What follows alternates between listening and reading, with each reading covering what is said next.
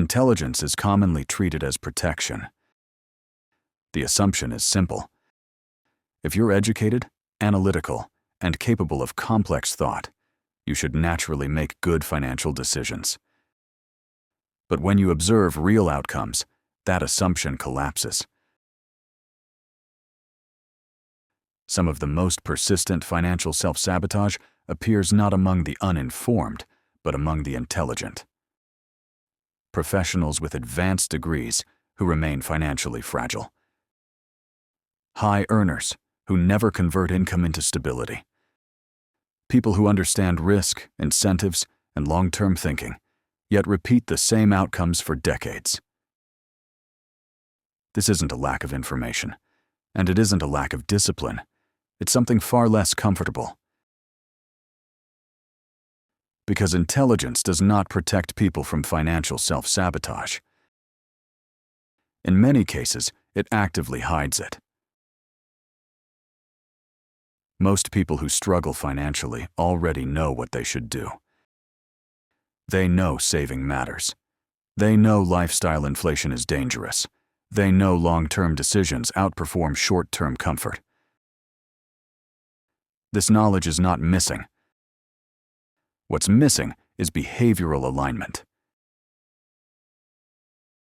And that gap between knowing and doing is often misunderstood.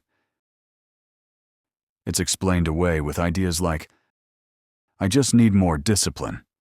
I'll act once things settle down. This isn't the right moment." But these explanations don't survive long-term observation. Because when the same intelligent person repeats the same financial patterns across different life stages, circumstances are no longer the variable. Identity is. Here is the central conflict most people never examine. Intelligence is excellent at solving problems. But money outcomes are not problem-based. They are pattern-based. A problem has a clear solution. A pattern feels normal. And intelligence adapts to what feels normal far faster than it challenges it. This is why intelligent people often optimize within a flawed structure, rather than questioning the structure itself. They budget better inside a lifestyle they never reassess. They analyze risks, but avoid commitments that would change trajectory. They plan carefully, yet only for scenarios that preserve familiarity. From the inside, every decision appears reasonable. From the outside, the outcome never changes. Intelligence doesn't ask, "Why does this pattern exist?" It asks, "How do I manage this pattern more comfortably?" A sharp mind doesn't just analyze reality. It defends identity.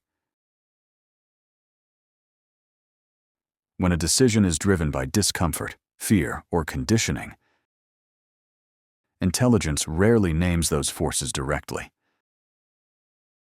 Instead, it constructs explanations.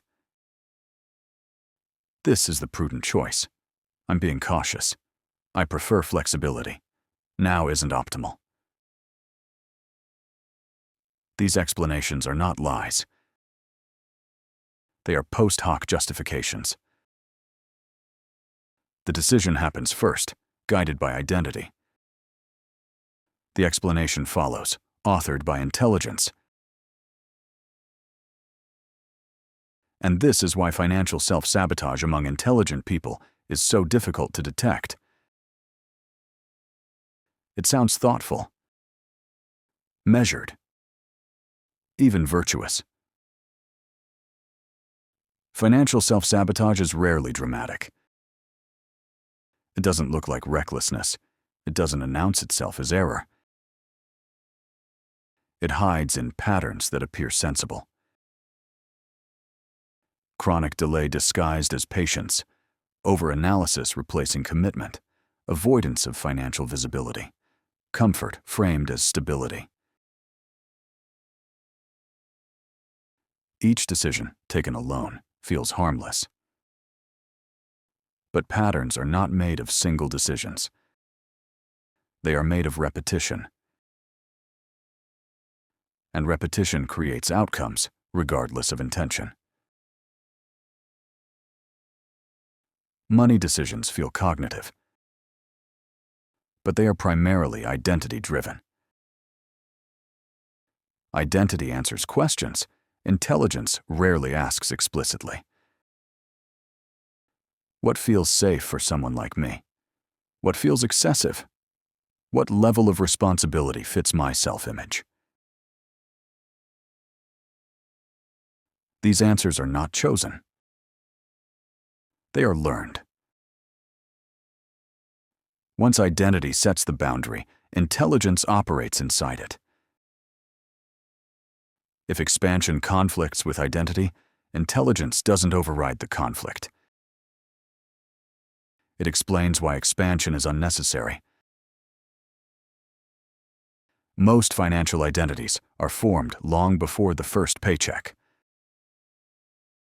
Not through instruction, but through emotional exposure. Money was present in childhood as tension, silence, conflict, or moral judgment. Children don't analyze these signals. They absorb them. Money becomes associated with instability, guilt, risk to belonging, or loss of control.